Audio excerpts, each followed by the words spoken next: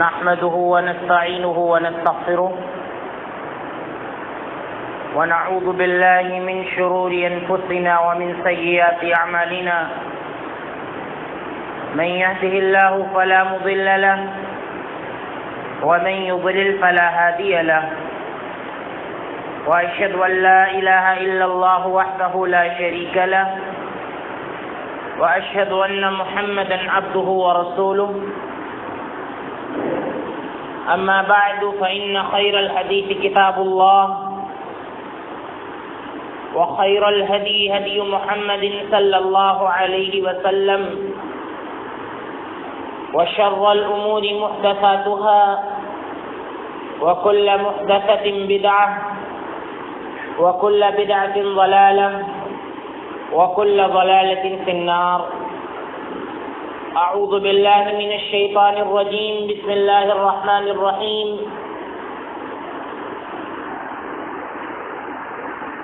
وَلَقَدْ صَدَقَكُمُ اللَّهُ وَعْدَهُ إِذْ تَحُسُّونَهُم بِإِذْنِهِ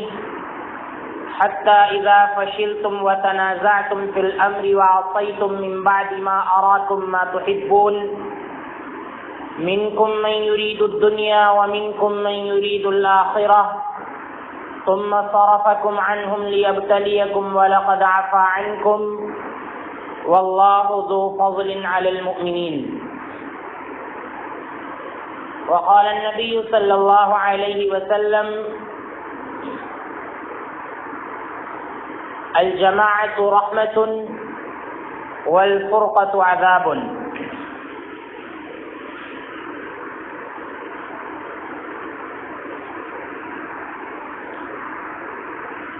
محترم اسلامی و دینی بھائیوں،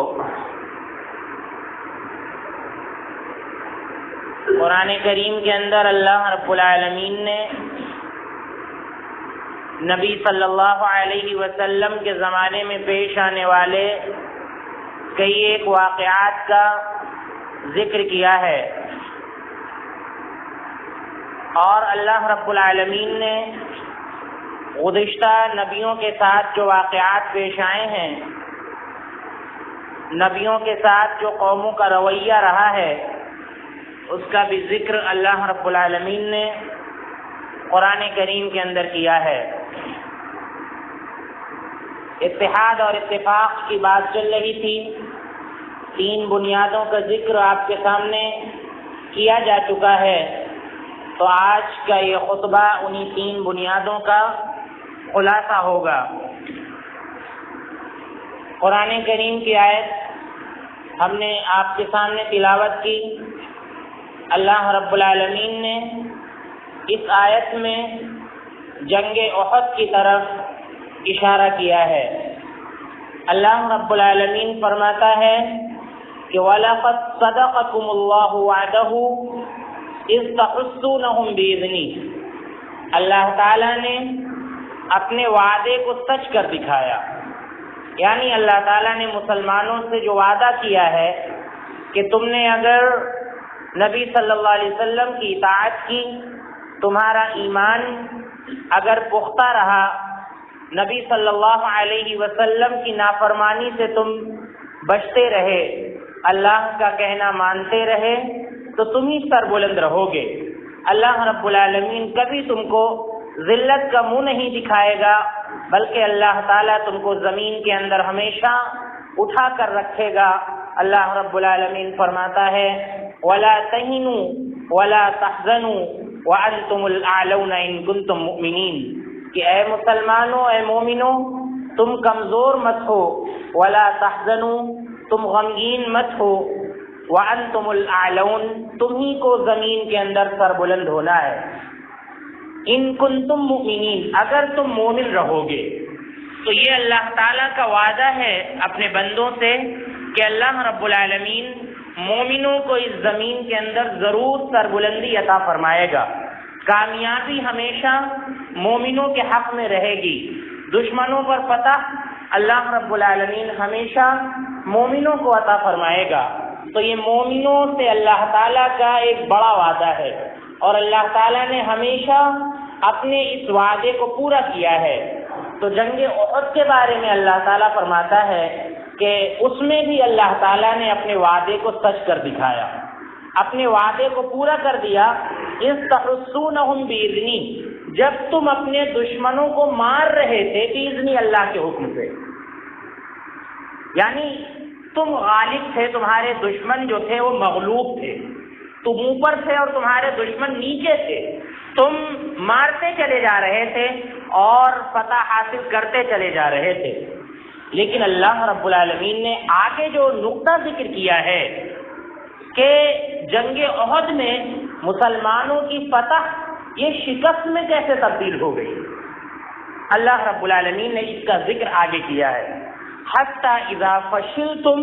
وتنازعتم فی الامر، یہاں تک کہ تم پھسل گئے، وتنازعتم فی الامر، اور تم اختلاف کر بیٹھے، آپس میں لڑ بیٹھے، وعصیتم،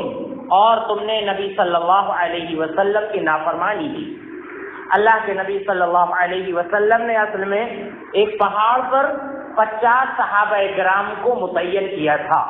کہ دشمنوں کے آنے کا خطرہ یہاں سے زیادہ ہے، لہذا تم یہیں پر کھڑے رہنا اور یہیں پر جمے رہنا، یہاں سے ہٹنا نہیں، یہیں پر جمے رہنا۔ اور اس کے بعد ادھر جنگ شروع تھی، مسلمان فتح حاصل کرنے والے تھے اور آخرکار مسلمانوں کو فتح مل گئی،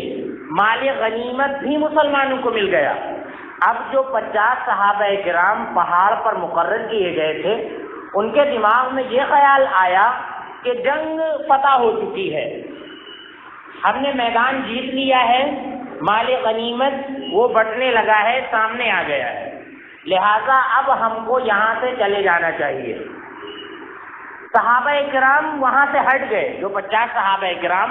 اس پہاڑ پر لگائے گئے تھے، وہ صحابہ کرام وہاں سے ہٹ گئے اور موقع پا کر خالد ابن ولید جو ابھی مسلمان نہیں ہوئے تھے، انہوں نے وہاں سے حملہ کر دیا اور مسلمانوں کی جو فتح تھی وہ شکست میں تبدیل ہو گئی، اور قریب 70 جلیل القدر صحابہ کرام وہاں پر مار دیے گئے۔ اتنا بڑا نقصان مسلمانوں کو اٹھانا پڑا۔ تو آپ دیکھیے اللہ رب العالمین بیان فرماتا ہے کہ یہ نقصان مسلمانوں کو کیوں اٹھانا پڑا۔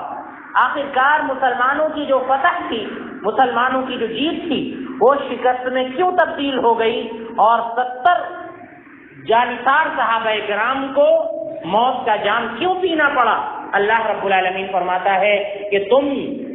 کافروں کو، تم مشرکوں کو قتل کر رہے تھے، حتی اذا فشلتم، اچانک تم پھسل گئے، اچانک تم پھسل گئے، وتنازعتم فی الامر، اور تم نے نبی صلی اللہ علیہ وسلم کے معاملے میں اختلاف کر دیا، اختلاف کر بیٹھے تم۔ اللہ کے نبی صلی اللہ علیہ وسلم نے تم کو پہاڑ پر لگایا تھا، لہذا تم کو وہیں پر کھڑا رہنا چاہیے تھا، وہیں پر کھڑا رہنا چاہیے تھا۔ اگرچہ جنگ تمہارے ہاتھ میں آ گئی تھی، مسلمانوں کے ہاتھ میں آ گئی تھی اور مسلمانوں کو فتح ملنے والی تھی، لیکن نبی صلی اللہ علیہ وسلم کا فرمان یہ تھا کہ پہاڑ سے تم کو ہٹنا نہیں ہے، وہیں پر تم کو لگا رہنا ہے۔ لیکن صحابہ کرام نے سوچا کہ ہو سکتا ہے کہ اللہ کے نبی صلی اللہ علیہ وسلم کی مرضی یہ رہی ہو کہ جب تک جنگ ہم جیت نہ جائیں تب تک ہم کو یہاں پر کھڑا رہنا ہے، لہذا صحابہ کرام وہاں سے ہٹ گئے اور اللہ رب العالمین نے مسلمانوں کو شکست کا منہ دکھایا۔ اور اس کے بعد اللہ رب العالمین فرماتا ہے کہ وَعَصَيْتُمْ، تم لوگوں نے نبی صلی اللہ علیہ وسلم کی نافرمانی کی، وَأَرَاكُمْ مِنْ بَعْدِ مَا تُحِبُّونَ، اور جس کو تم لوگ پسند کر رہے تھے اللہ تعالیٰ نے جب وہ چیز تم کو دکھا دی، یعنی جنگ میں جو کافروں کا مال ملتا ہے وہ مسلمانوں کو کے درمیان تقسیم ہو جاتا ہے، تو وہ مال مل چکا تھا میدانی جنگ میں، وہ مال نظر آنے لگا تھا، تو صحابہ کرام نے اسی مال کی محبت میں اللہ رب العالمین فرماتا ہے کہ وَأَرَاكُمْ مِنْ بَعْدِ مَا تُحِبُّونَ، اللہ تعالیٰ نے وہ چیز جب تم کو دکھا دی جو چیز تم چاہ رہے تھے، یعنی مال کو چاہ رہے تھے، جب وہ چیز تم کو نظر آنے لگی تو تم وہاں سے ہٹ گئے جہاں اللہ کے نبی صلی اللہ علیہ وسلم نے تم کو لگایا تھا۔ تو آپ دیکھیے یہ آیت اور یہ واقعہ بہت بڑا پیغام دیتا ہے کہ دنیا کی عظیم شخصیتیں، دنیا کے عظیم انسان کے لیے بھی قانون اور ضابطہ اللہ کا ایک ہے. اگر ان سے بھی کسی معاملے میں نافرمانی ہو جاتی ہے، اللہ کے نبی صلی اللہ علیہ وسلم کے حکم کے خلاف وہ کوئی کام کر دیتے ہیں، تو اگرچہ وہ دنیا کی عظیم شخصیتیں ہیں لیکن اللہ رب العالمین انہیں بھی کسی نہ کسی مصیبت سے دوچار کر سکتا ہے. جب صحابہ کرام کی اتنی سی ادنا سی نافرمانی وہ بھی ان کے اجتہاد کی وجہ سے اگر اتنا خطرناک انجام اختیار کر سکتی ہے، تو ہم سوچیں کہ اگر ہم اور آپ اللہ کے نبی صلی اللہ علیہ وسلم کی آئے دن نافرمانی کرتے ہیں تو اللہ رب العالمین ہمیں کیا دکھا سکتا ہے اور ہمارا انجام کیا ہو سکتا ہے، ہم کچھ نہیں کہہ سکتے. تو اللہ رب العالمین نے فرمایا کہ وَعَصَيْتُم مِّن بَعْدِ مَا أَرَاكُم مَّا تُحِبُّونَ، جب تم نے مال کو دیکھ لیا تو اللہ کے نبی صلی اللہ علیہ وسلم کی تم نے نافرمانی کی. اللہ رب العالمین آگے فرماتا ہے کہ مِنكُم مَّن يُرِيدُ الدُّنْيَا وَمِنكُم مَّن يُرِيدُ الْآخِرَةَ، مِنكُم مَّن يُرِيدُ الدُّنْيَا وَمِنكُم مَّن يُرِيدُ الْآخِرَةَ، تم میں سے کچھ لوگ تھے جو دنیا چاہ رہے تھے، یعنی مال غنیمت چاہ رہے تھے، اور تم میں سے کچھ لوگ تھے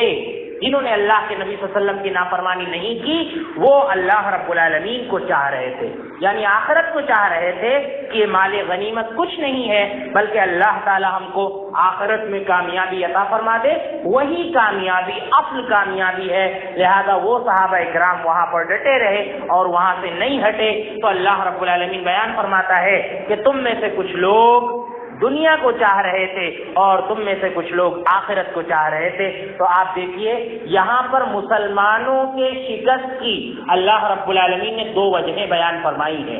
ایک یہ کہ اللہ کے نبی صلی اللہ علیہ وسلم کی نافرمانی ہو گئی ہوا، دوسری چیز طلب دنیا کی چاہت، دنیا کی طلب. ان دونوں چیزوں نے دنیا کی عظیم شخصیات کو آپ دیکھیں شکست کا منہ دکھا دیا. پتہ یہ چلا کہ سب کے لیے ضابطہ اور قانون ایک ہے. اگر صحابہ کرام سے بھی اس طرح کی نافرمانی ہو سکتی ہے تو اللہ رب العالمین ان کو بھی کوئی نہ کوئی مزہ اللہ رب العالمین ان کو بھی چکھا سکتا ہے. اس سے بھی سخت قانون اللہ رب العالمین کا اپنے سلسلے میں ہے کہ 17-18 انبیاء کرام کا ذکر کرنے کے بعد اللہ رب العالمین نے قرآن کریم کے اندر فرمایا کہ وَلَوْ أَشْرَكُوا لَحَبِطَ عَنْهُمْ مَا كَانُوا يَعْمَلُونَ، کہ اگر یہ 17-18 انبیاء کرام اگر یہ بھی اللہ تعالیٰ کے ساتھ شرک کر بیٹھیں، اللہ تعالیٰ کے ساتھ کسی کو شریک کر دیں، تو اللہ رب العالمین ان کے بھی تمام اعمال کو ضائع اور برباد کر دے گا. اور اللہ رب العالمین نے نبی صلی اللہ علیہ وسلم کے بارے میں بھی یہی فرمایا کہ لئن اشرکت لیحبطن عملک، اے نبی صلی اللہ علیہ وسلم اگر آپ اللہ کے ساتھ کسی اور کی عبادت کر لیں، اللہ کے ساتھ کسی اور کو آپ شریک ٹھہرا لیں، تو اے نبی صلی اللہ علیہ وسلم ضرور بھی ضرور آپ کے بھی سارے عمل اللہ تعالیٰ برباد کر دے گا. تو یہ اللہ رب العالمین کا نظام ہے کہ اللہ رب العالمین کو شرک یہ برداشت نہیں ہے. اللہ رب العالمین شرک کرنے والے کو کبھی نہیں معاف کرے گا اگر اس دنیا سے بغیر توبہ کے چلا گیا. اسی طرح اگر کوئی شخص نبی صلی اللہ علیہ وسلم کی نافرمانی کرتا ہے تو اللہ رب العالمین اس کو اس دنیا کے اندر یا اس دنیا کے اندر نہیں تو آخرت میں اللہ رب العالمین اس کو نافرمانی کا مزہ ضرور چکھائے گا. اسی طرح سے اگر کوئی انسان دنیا کو چاہتا ہے اور دنیا کو اس طرح سے چاہتا ہے کہ اللہ کو فراموش کر دیتا ہے، اللہ کے رسول کو فراموش کر دیتا ہے، تو یقیناً اللہ رب العالمین اس کو بھی اس کا مزہ ضرور چکھائے گا اور اپنے انجام کو ضرور وہ پائے گا. تو اللہ رب العالمین نے اس آیت میں بہت ہی اہم باتیں بیان فرمائی ہیں صحابہ کرام کے سلسلے میں اور غزوہ احد کے سلسلے میں. لہذا ہم مسلمانوں کو اس سے عبرت اور نصیحت حاصل کرنی چاہیے کہ اگر ہم آپس میں متحد ہو کر رہتے ہیں، اور اتحاد اسی وقت ہو سکتا ہے جب نبی صلی اللہ علیہ وسلم کی فرما برداری ہوگی، نبی صلی اللہ علیہ وسلم کی اطاعت ہوگی، اسی وقت ہم متحد ہو سکتے ہیں، آپس میں مل سکتے ہیں. اور جب ہم ملیں گے تو اللہ رب العالمین ہم کو قوت عطا فرمائے گا، اللہ رب العالمین ہم کو طاقت عطا فرمائے گا. تو پتہ یہ چلا کہ اختلاف، لڑائی جھگڑا اور آپس میں انتشار، مل جل کر نہ رہنا، یہ اللہ رب العالمین کا بہت بڑا عذاب ہے، اللہ رب العالمین کا بہت بڑا عذاب ہے۔ آپ دیکھیں دوسری آیت میں اللہ رب العالمین نے فرمایا کہ وَلَوْ شَاءَ رَبُّكَ لَجَعَلَ النَّاسَ أُمَّةً وَاحِدَةً وَلَا يَزَالُونَ مُخْتَلِفِينَ إِلَّا مَن رَّحِمَ رَبُّكَ کہ وَلَوْ شَاءَ رَبُّكَ لَجَعَلَ النَّاسَ أُمَّةً وَاحِدَةً، اگر تمہارا رب چاہتا تو تمام لوگوں کو ایک امت بنا دیتا، ایک امت بنا دیتا اگر اللہ رب العالمین چاہتا، لیکن نہیں، اللہ رب العالمین کے علم میں یہ بات تھی کہ دنیا میں رہنے والے انسان آپس میں اختلاف ضرور کریں گے، یہ بات اللہ رب العالمین کے علم میں تھی، تو اللہ رب العالمین نے بیان فرمایا کہ وَلَا يَزَالُونَ مُخْتَلِفِينَ، لیکن لوگ برابر اختلاف کرتے رہیں گے، آپس میں انتشار پھیلاتے رہیں گے، اختلافات کرتے رہیں گے، إِلَّا مَن رَّحِمَ رَبُّكَ، مگر تمہارا رب جس پر رحم فرما دے، جس پر رحم فرما دے وہ اختلاف نہیں کریں گے، آپس میں لڑائی جھگڑا ان کے درمیان نہیں ہوگا، اگر اختلاف ان کے درمیان ہوگا تو وہ علم کے طور پر ہوگا، علمی اختلاف ہوگا، ان کے درمیان آپس میں نفرت نہیں ہوگی اور آپس میں انتشار نہیں ہوگا، اور آپس میں اس طرح کی نفرت نہیں ہوگی کہ سلام اور دعا لوگ ترک کر دیں، سلام کلام ترک کر دیں، اس طرح کا انتشار آپس میں نہیں ہوگا۔ تو اللہ رب العالمین نے فرمایا کہ الا من رحم ربک، تمہارا رب جس انسان پر رحم فرما دے تو وہ آپس میں محبت کی باتیں کرتا ہے، آپس میں اختلاف کی، انتشار کی باتیں نہیں کرتا ہے۔ تو یہاں پر آپ دیکھیے اللہ رب العالمین نے اختلاف اور رحم دونوں کو الگ الگ ذکر کیا ہے کہ اختلاف جو لوگ کرتے ہیں، جو لوگ ہمیشہ لوٹے بھرتے رہتے ہیں اور امت میں انتشار پھیلاتے رہتے ہیں، ایسے لوگوں پر اللہ رب العالمین کی رحمت نہیں ہو سکتی۔ اللہ رب العالمین کی رحمت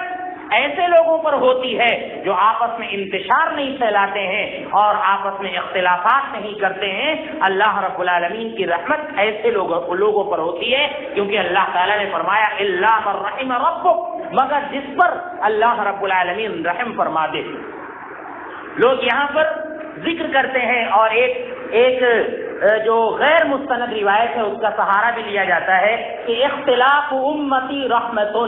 میری امت کا اختلاف کیا ہے؟ یہ رحمت ہے، میری امت کا اختلاف یہ رحمت ہے۔ تو آپ دیکھیے یہ بات جو ہے یہ اس آیت سے بھی ٹکراتی ہے کہ اختلاف اور انتشار یہ کبھی بھی رحمت نہیں ہو سکتا، اختلاف اور انتشار یہ کبھی بھی رحمت نہیں ہو سکتا۔ اللہ رب العالمین نے چونکہ یہاں پر ذکر کیا ہے کہ الا من رحم ربک، اختلاف کا ذکر، انتشار کا ذکر اللہ رب العالمین نے الگ کیا ہے اور رحمت کا ذکر اللہ رب العالمین نے الگ کیا ہے، لہذا رحمت الگ چیز ہے اور اختلاف الگ چیز ہے۔ اور لوگ یہاں پر مثال دیتے ہیں کہ صحابہ کرام کے درمیان بھی اس طرح کا اختلاف موجود تھا، لوگ مثالیں دیتے ہیں۔ ہم کہتے ہیں کہ اگر ہمارا اختلاف صحابہ کرام کے اختلاف کی طرح ہو جائے تو ہمارے درمیان اتفاق پیدا ہو جائے گا۔ ہم صرف اختلاف اگر ہم صحابہ کرام کی طرح کرنے لگیں تو ہمیں مل جل کر آپس میں رہنا آ جائے گا۔ اگر ہمارا اختلاف صحابہ کرام کی طرح ہو جائے، ذرا ان کے اختلاف کو دیکھیے کہ اگر کسی علمی معاملے میں ان کے درمیان اختلاف ہو جاتا تھا اللہ کے نبی صلی اللہ علیہ وسلم کی زندگی میں، تو صحابہ کرام فوراً اللہ کے نبی صلی اللہ علیہ وسلم کے پاس آتے تھے اور آ کر آپ صلی اللہ علیہ وسلم سے سوال پوچھتے تھے۔ قرآن کریم کی آیتیں نازل ہوتی تھی، اگر کسی آیت کا مفہوم صحابہ کرام کو سمجھ میں نہیں آتا تھا تو اللہ کے نبی صلی اللہ علیہ وسلم کے پاس آتے تھے کہ اے نبی صلی اللہ علیہ وسلم اس آیت کا مفہوم اور اس آیت کا مطلب کیا ہے؟ یہ اللہ کے نبی صلی اللہ علیہ وسلم کی زندگی میں ہوتا تھا، اور اللہ کے نبی صلی اللہ علیہ وسلم کی زندگی کے بعد معاملہ یہ تھا کہ اگر کوئی صحابی یہ کہتا تھا کہ اللہ کے نبی صلی اللہ علیہ وسلم نے یہ بات بیان فرمائی ہے تو دوسرے صحابی یہ کہتے تھے کہ اللہ کے نبی صلی اللہ علیہ وسلم کی یہ بات کس نے سنی ہے؟ اللہ کے نبی صلی اللہ علیہ وسلم کی یہ بات اور کس کس نے سنی ہے، اور جب تصدیق ہو جاتی کہ اللہ کے نبی صلی اللہ علیہ وسلم نے ایسا ایسا بیان فرمایا ہے، لہذا وہاں پر بات ختم ہو جاتی اور اللہ کے نبی صلی اللہ علیہ وسلم کی بات کو لے لیا جاتا۔ اور آپ دیکھیے، اگر کسی صحابی سے آپس میں اختلاف ہو جاتا اور کوئی صحابی بڑا عظیم ہوتا، اللہ کے نبی صلی اللہ علیہ وسلم کے ساتھ وہ بہت زیادہ رہ چکے ہوتے تھے، تو اگر کوئی کہتا کہ وہ صحابی تو یہ بات کہتے ہیں اور آپ یہ بات کہہ رہے ہیں، تو وہ صحابی کہتے کہ ٹھیک ہے، اگر انہوں نے یہ بات کہی ہے تو ان کی رائے کا احترام کرنا چاہیے، کیونکہ وہ اللہ کے نبی صلی اللہ علیہ وسلم کے ساتھ رہے ہیں، اللہ کے نبی صلی اللہ علیہ وسلم کے ساتھ ہم سے زیادہ رہے ہیں، اور ہم سے زیادہ اللہ کے نبی صلی اللہ علیہ وسلم کی باتوں کو وہ سمجھنے والے ہیں۔ اسی لیے آپ دیکھیے ابن عمر جو کہ عمر میں بہت کم تھے، اور حضرت عبداللہ ابن عباس رضی اللہ عنہ یہ بھی عمر میں بہت کم تھے، ان کو بڑے بڑے صحابہ کرام اپنی مجلسوں میں بیٹھایا کرتے تھے۔ لوگوں کو اعتراض ہوتا تھا کہ اتنا چھوٹا سا بچہ بڑے بڑے صحابہ کرام کے ساتھ بیٹھتا ہے، لہذا اس کو اپنے پاس نہ بیٹھایا کریں، لیکن صحابی نے جواب دیا کہ اللہ کے یہ اگرچہ چھوٹا ہے، عمر میں بہت کم ہے، لیکن اللہ کے نبی صلی اللہ علیہ وسلم کی زندگی کی ایسی ایسی باتیں یہ جانتا ہے جس کا علم تم کو نہیں ہے، جس کا علم تم کو نہیں ہے۔ اللہ کے نبی صلی اللہ علیہ وسلم کی زندگی کی ایسی ایسی باتیں جانتا ہے۔ تو آپ دیکھیے وہیں پر مثال کے طور پر صحابی نے پوچھ لیا کہ اذا جاء نصر اللہ والفتح ورأيت الناس يدخلون في دين الله افواجا فسبح بحمد ربك واستغفر انه كان توابا۔ یہ قرآن کریم کی چھوٹی سی سورت ہے، تم سب بتاؤ کہ اس سورت کا کیا مطلب ہے، اس سورت کا کیا مطلب ہے؟ تمام صحابہ کرام نے جواب دیا کہ اس میں ذکر ہے کہ مدد آ چکی ہے، مدد آ چکی ہے، اور لوگ جو ہے اسلام میں داخل ہو رہے ہیں، لہذا اے نبی صلی اللہ علیہ وسلم اب آپ اللہ سے استغفار کریے۔ سب نے مطلب بیان کیا اور صحیح مطلب بیان کیے سارے صحابہ کرام نے، لیکن ایک چھوٹے سے بچے نے جو نبی صلی اللہ علیہ وسلم کے ساتھ رہا کرتا تھا، نبی صلی اللہ علیہ وسلم کے ساتھ رہنے والے اس چھوٹے سے بچے نے جو اس آیت کا مطلب بیان کیا، بڑے سے بڑے صحابی کے ذہن میں وہ مطلب نہیں آیا تھا۔ تو پھر آخر میں صحابی نے پوچھا اس بچے سے کہ بتاؤ اس آیت کا مطلب تم نے کیا سمجھا ہے؟ تو اس بچے نے جواب دیا کہ اس پوری صورت سے ہم نے یہ سمجھا ہے کہ اللہ کے نبی صلی اللہ علیہ وسلم کی وفات کا وقت قریب آ گیا ہے۔ یہ کسی نے نہیں بیان کیا تھا۔ اس پوری سورت کو پڑھنے کے بعد یہ پتہ چلتا ہے کہ اللہ کے نبی صلی اللہ علیہ وسلم کی وفات کا وقت قریب آ چکا ہے۔ اس سورت کو پڑھنے کے بعد ہم نے یہ سمجھا ہے۔ تو یہ صحابہ کرام کا فہم تھا، اور آپس میں مل جل کر ان کا جو علمی اختلاف ہوا کرتا تھا بہت ہی اچھے انداز میں اس کو آپس میں نپٹا لیا کرتے تھے۔ لیکن آج ہمارا جو اختلاف ہے وہ فرقت میں بدل گیا ہے اور آپس میں انتشار میں بدل گیا ہے۔ ہمارے درمیان اگر کوئی علمی اختلاف ہوتا ہے تو وہ انتشار کی شکل اختیار کر لیتا ہے۔ ہمارے درمیان اگر اختلاف ہوتا ہے تو ہم سلام اور کلام ترک کر دیتے ہیں۔ ہمارے درمیان اگر اختلاف ہوتا ہے تو ہم اماموں کے پیچھے نماز پڑھنا چھوڑ دیتے ہیں۔ ہمارے درمیان اگر اختلاف ہوتا ہے تو ہم مسجدوں میں اختلاف پیدا کرنے لگتے ہیں اور مسجدوں کو بانٹ دیتے ہیں۔ ہمارا اختلاف اس انداز کا اختلاف ہو گیا ہے، حالانکہ صحابہ کرام کے درمیان جو اختلاف تھا وہ اس انداز کا اختلاف نہیں تھا۔ ائمہ اربعہ کے درمیان اختلاف تھا، علمی اختلاف تھا، لیکن ان کا اختلاف اس انداز کا نہیں تھا۔ تمام اختلافات کے باوجود وہ لوگ بھائی بھائی بن کر رہتے تھے، آپس میں محبت کی باتیں کرتے تھے اور آپس میں مل جل کر نمازیں پڑھتے تھے اماموں کے پیچھے، اور ان کا اختلاف بہت ہی اعلیٰ قسم کا تھا، اور ان کے درمیان اس طرح کا اختلاف، اس طرح کا انتشار نہیں تھا جس طرح سے آج ہمارے درمیان ہے۔ آپ دیکھیے اللہ رب العالمین نے اختلاف کو، آپس میں لڑائی اور جھگڑے کو بڑے مذموم اور بڑے برے انداز میں اللہ رب العالمین نے ذکر کیا ہے کہ یہ آپس کا جو اختلاف ہوتا ہے یہ آگ میں گرنے کی طرح ہے، آگ میں گرنے کی طرح ہے۔ اللہ تعالیٰ فرماتا ہے کہ وَاعْتَصِمُوا بِحَبْلِ اللَّهِ جَمِيعًا وَلَا تَفَرَّقُوا، اے مسلمانوں، اے لوگوں، اللہ کی رسی کو مضبوطی سے تھام لو، ولا تفرقوا، اور تم آپس میں اختلاف نہ کرو، فرقوں میں نہ بٹو۔ اللہ تعالیٰ فرماتا ہے کہ وَاذْكُرُوا إِن كُنتُمْ أَعْدَاءً، اللہ رب العالمین فرماتا ہے کہ یاد کرو کہ جب تم دشمن تھے اور ایک دوسرے کے دشمن سے خون کے پیاسے تھے، فَأَصْبَحْتُمْ بِنِعْمَتِهِ إِخْوَانًا، اللہ رب العالمین کی نعمت سے، اللہ رب العالمین کی توفیق سے تم سب بھائی بھائی بن کر رہنے لگے۔ اللہ رب العالمین آگے فرماتا ہے کہ تم لوگ جہنم کی آگ کے کنارے کھڑے تھے، یعنی اختلاف کی وجہ سے، لڑائی جھگڑے کی وجہ سے تم لوگ جہنم کی آگ کے کنارے کھڑے تھے۔ آپ دیکھیے یہاں پر ایک اہم نقطہ، ایک اہم پوائنٹ ہے۔ آپ دیکھیے کہ اللہ تعالیٰ نے بیان کیا کہ تم لوگ جہنم کی آگ کے کنارے کھڑے تھے۔ ایک گھر اگر گر جاتا ہے، ایک گھر اگر گر جاتا ہے تو اس کے اندر کا جو سامان ہوتا ہے، تو گھر گرنے کے بعد سامان کے نکلنے کی تھوڑی بہت امید ہوتی ہے کہ جب ملبہ ہٹے گا تو ہمارے گھر کا کچھ سامان ہمیں مل سکتا ہے، اگرچہ ہی ٹوٹے پھوٹے انداز میں یا کسی بھی طرح تھوڑا بہت ہم کو مل سکتا ہے۔ لیکن اگر گھر کے اندر آگ لگ جائے تو گھر کا سارا سامان خاک ہو جاتا ہے، گھر کا سارا سامان جل جاتا ہے۔ یہی معاملہ بالکل اختلاف اور انتشار کا ہے کہ اگر ہمارے درمیان اختلاف اور انتشار ہے تو ہم پنپ ہی نہیں سکتے ہیں، ساری قوت ہماری جل کر خاک ہو جائے گی، مٹ جائے گی، اللہ رب العالمین ہم کو آگے نہیں بڑھائے گا۔ اسی کا ذکر اللہ رب العالمین نے کیا ہے کہ وَأَطِيعُوا اللَّهَ وَرَسُولَهُ وَلَا تَنَازَعُوا فَتَفْشَلُوا وَتَذْهَبَ رِيحُكُمْ وَاصْبِرُوا، کہ اللہ کا کہنا مانو، اس کے رسول کا کہنا مانو، آپس میں اختلاف نہ کرو، اگر تم اختلاف کرو گے فَتَفْشَلُوا، تو تم پھسل جاؤ گے، وَتَذْهَبَ رِيحُكُمْ، اللہ رب العالمین تمہاری ہوا کو اکھاڑ پھینکے گا۔ تمہاری جو قوت ہے اور آپس میں مل جل کر رہنے کی جو قوت ہے، اللہ رب العالمین اس کو اکھاڑ پھینکے گا۔ آپ دیکھیے صحابہ اکرام کے پاس کیا تھا؟ کچھ نہیں تھا، بوریوں پر بیٹھتے تھے، اپنے ہاتھ سے اپنے کپڑے میں پیون لگاتے تھے، بکریاں چراتے تھے، اونٹ چراتے تھے، لیکن اتحاد اور اتفاق اور نبی صلی اللہ علیہ وسلم کو